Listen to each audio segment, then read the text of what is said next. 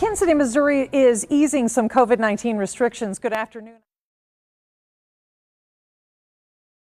But it will be less rigid. Restaurants and bars can go back to regular hours. The capacity restrictions are being removed, but they're going to be strict about enforcing the face mask and social distancing rules. KMBC 9's Michael Mahoney has more on why they're doing this now. Michael. Laura, the mayor says this is because the caseload and the number of cases of COVID in Kansas City is on a declining trend. Now, some people expected some rollback on the restrictions, but the scope of this rollback is surprising some. Since late fall, Kansas City has had restrictions in place limiting the size and operating hours of restaurants, bars, and other social gatherings. But the 7-day average of new COVID cases in the city has dropped by 50% in the last 2 weeks. I do not think we've rushed back in. We've had 10 straight weeks of declines in cases.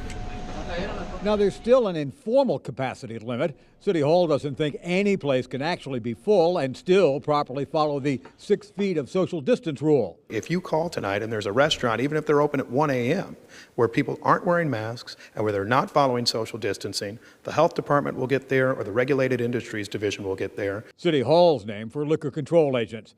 As for the city's supply of vaccine, the mayor's stopping short of criticizing the state government. They're the ones who decide who gets how much and when.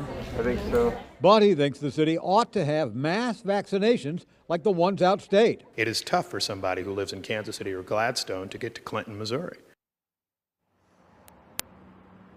Now, these changes go into effect at 10 o'clock tonight.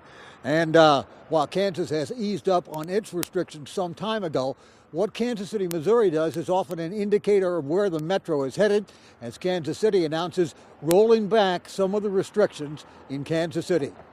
Michael Mahoney, KMBC 9 News. And the mayor says these new rules remain in effect until May 1st. The Big 12 basketball tournament is on for next month. The men's tournament will be at T-Mobile Center. The women's tournament will be at Municipal Auditorium. Fans will be allowed, but only at 20% capacity. Fan Fest on Grand and pep rallies at the Power and Light District have been canceled. It was last year the Big 12 tournament was really the first big event in Kansas City canceled due to the pandemic. The tournaments bring millions of dollars to the local economy, with fans coming here from as far away as West Virginia and Texas to watch their teams play.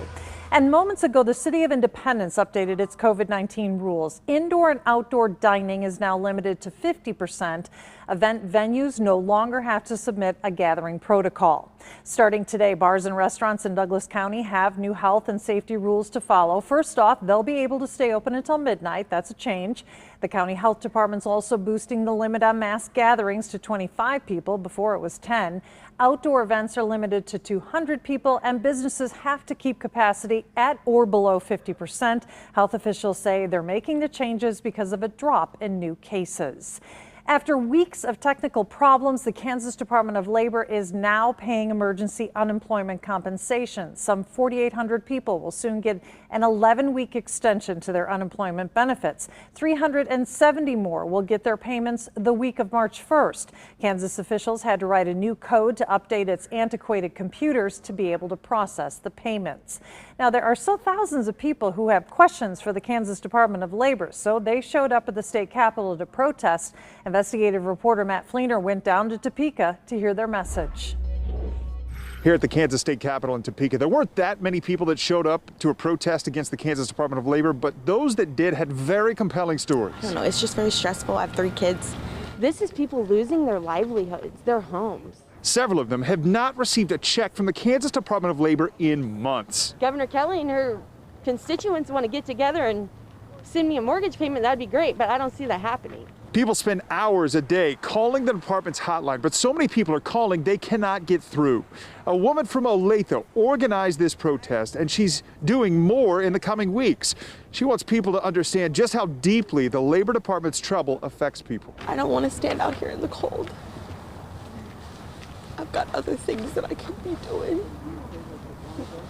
but we're left with no other choice. Governor Laura Kelly issued a statement today about the protest saying that I want the remaining claimants who are still owed benefits to know that all of our energy is focused on getting them paid. Still, a lot of people need that payment right now. Matt Fleener, KMBC 9 News. And today, the Labor Department also said it has started paying an 11-week extension to unemployment benefits passed in the last stimulus act. Well, these are the numbers that state leaders continue to watch. In Missouri, the 7-day rolling average is down to 606 in the COVID-19 pandemic. In Kansas, the state has added 21 new 100 cases since Wednesday. In Kansas, the monthly positivity rate is down to 5.1%. In Missouri, the positivity rate is staying at 7%.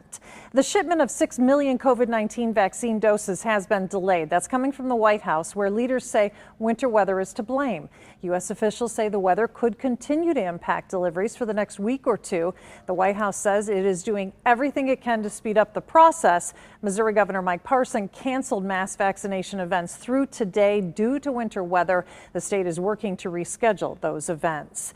Johnson County, Kansas says it has not received next week's doses of COVID-19 due to weather delays. Workers say that may impact next week's vaccine events. Right now, the county has vaccinated more than 50,000 people. Next week, the county will continue to vaccinate healthcare workers, teachers, and school staff, and those over 65 years old.